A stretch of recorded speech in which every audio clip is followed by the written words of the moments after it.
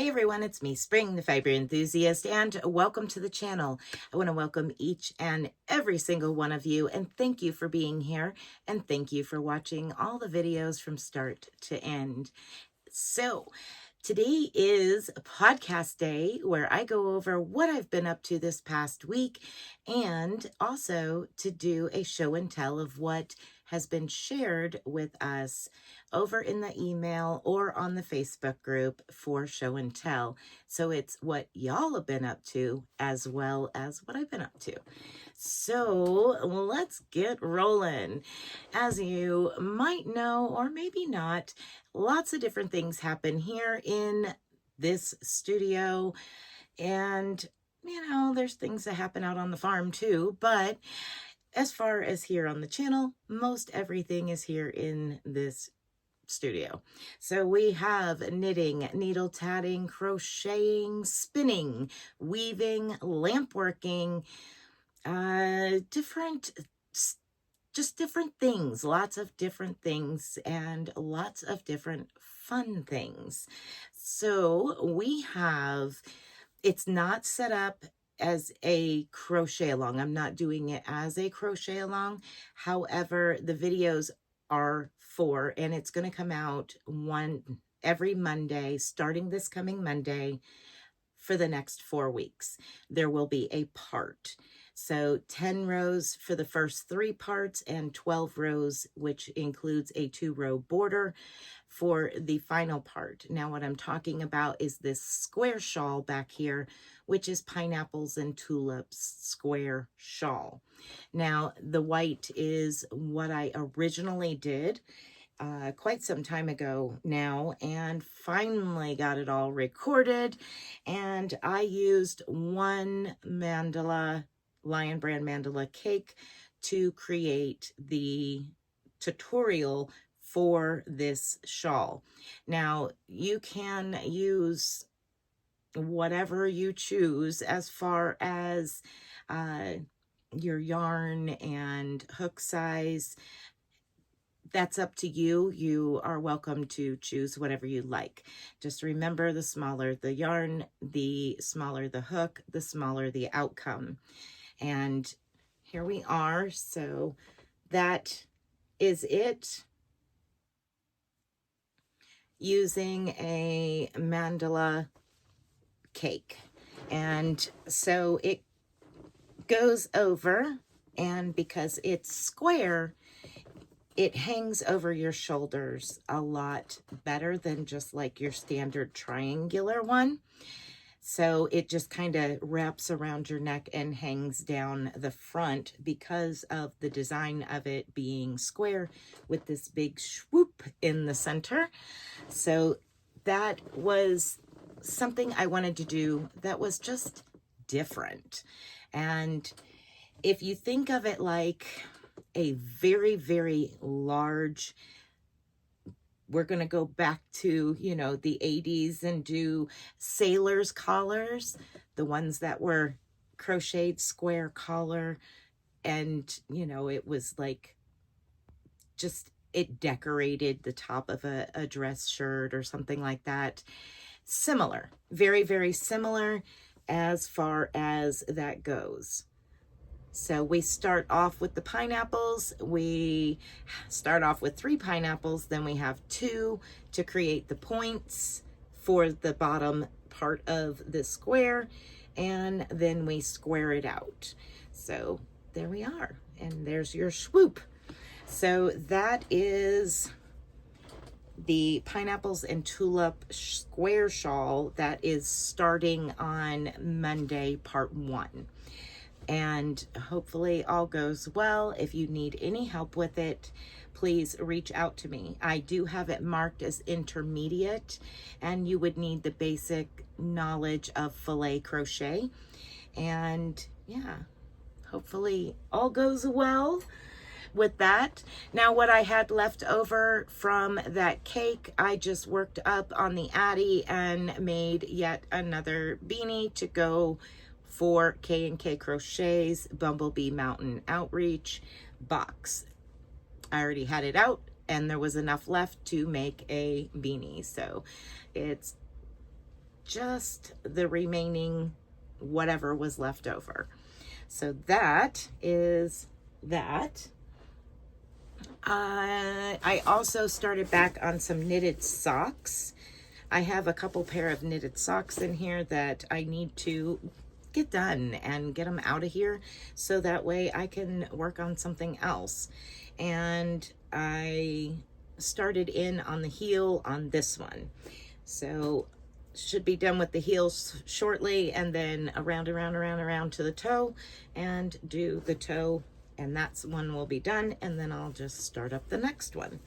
Usually I do 2 at a time, but my 2 at a time cable still has, let's see, it still has this sock on it, which is one that I did for Valentine's. I did this heart-shaped pattern down the side, and I'm not sure if you can see it well. With the striping in the yarn, it's kind of hard to see, but it's 3 hearts down the lateral side, the outside of your leg. And I did that quite some time ago now, and I need to finish these socks up. I need to get them done and off the needles so I can have my needles back for other things and empty a project bag. Gotta get these project bags empty. But creating content and working on things like that is hard to work on them separately because I'm wanting to do things for the channel and for y'all, as well as empty these bags of things that I have just partially done, are works in progress. Plus do all the other fun things that I like to do. I did some spinning, so I've finished up this past Tuesday night live at 9 p.m. Eastern Standard Time. I've been going live for the Spin and Chat. It used to be on Thursdays at 7. Now it's Tuesdays at 9.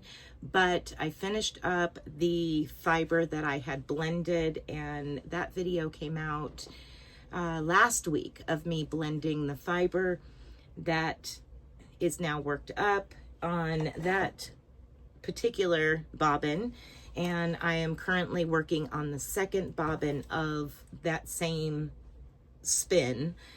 And I also finished 2 bobbins of just white.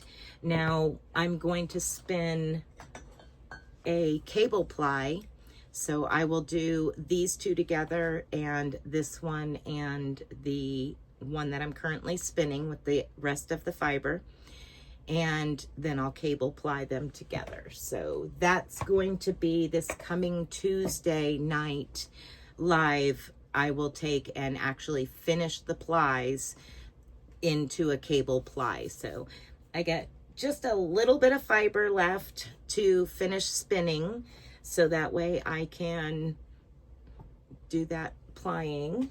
That should be fun. I should have it all ready to go and ready to cable ply for Tuesday night. I did another knit project. I am working on some smaller projects for K&K Crochet does Christmas extravaganza during July, and I'm trying to get some smaller projects done for that, and that way I have July pretty much open for my spinning, because in July during Tour de France we do Tour de Fleece, us that spin yarn, and I spend a lot more time focusing on spinning. So I want to open that up, and by doing these videos now and having them ready for later. But this is a drawstring bag, and it's with a I-cord drawstring, and it's knitted. I'm doing things that are knitted because most of the smaller stuff is crochet that has been in the Christmas extravaganza. So I wanted to do some knitted stuff just to have some different types of items out there in knit. So this is a drawstring bag, and you can make it as big as you want, and you start at the bottom, you work your way up.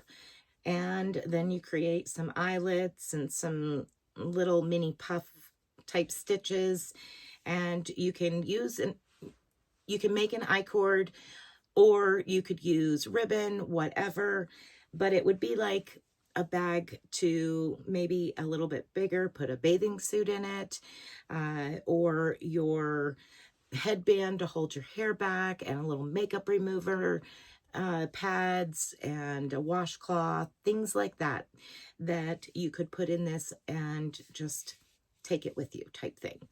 So, and it's made out of cotton. So that is something that I have been working on to come up in the future.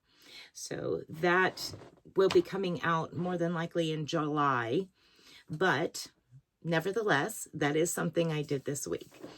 Other things I did this week was I did some heat press shirts. And I did get some new red, which I wear red on Friday. And so I heat pressed, don't look pressed, but I heat pressed that one and this one. Now, the red shirts are the Red Friday on the back, and when I get my logos in, the logos will be on the front, small like pocket size logo, name size logo, and that'll be like my standard shirt for me and the channel. So it'll be Red Friday on the back and my logo on the front. But that is not the only thing that I have done. I did have a custom order for a Neuro Sparkly, and I did that. So I love it. It is so cool. It turned out really, really, really cool. I am really liking it. So that was a custom, someone asked me for order, and yeah, I made that for them. So that's pretty much all I've been up to this week, other than typical farm stuff. And yeah, I finished all of the recording for that. Thank goodness it's done and over with. But let's get into some fun stuff and see what you all have been making. I know that I received an email and it was awesome. So let me put you on pause a second, get that all pulled up, and I'll be right back. Okay, so right in front of me, I'm going to plaster everything and share these pictures with you. First, I want to start in my email, and I got an email from Miss Sharon. Now, y'all need to check this out. This is beautiful. She said, "Hi, Spring. Here is a couple pictures of my very first mosaic Christmas blanket. Wintry Forest Crochet Along by Anna Morris." I'm going to have to put the name up in the picture. I'm so sorry. I am not able to say that name properly. So it'll be up on the screen. She said, "Using everyday acrylic DK." And she said, "From one of our shops in the UK. Awesome." She said, I wanted it to be different and used pastel shades. I love how it came out. Absolutely gorgeous. And I love that pastel color. It's beautiful. Very, very well done. And for your very first mosaic, that is just awesome. Fantastic work, Sharon. Thank you so much for sharing that with us. I am so thankful that you let me share that with everyone else. Thank you. Thank you. Beautiful work and well done. Let's jump over into the Facebook group. First, we have Anvita, and Anvita, I just absolutely love her knitting. When she does knitted work and shares it, it is just absolutely stunning. Just that I know the amount of time that it takes to put into a knitted scarf or shawl, things like that. And I understand the amount of work that goes into it, especially when using a fine weight yarn. So absolutely beautiful work. Well done, Anvita. This particular scarf is 100% reeled silk yarn. It's 156 grams. It's called the Hatfield scarf, and it's 86 inches in length of knitting. Oh my goodness, it's beautiful. Absolutely stunning. Very, very pretty. I can't get over your work on knitted shawls and scarves. They're gorgeous.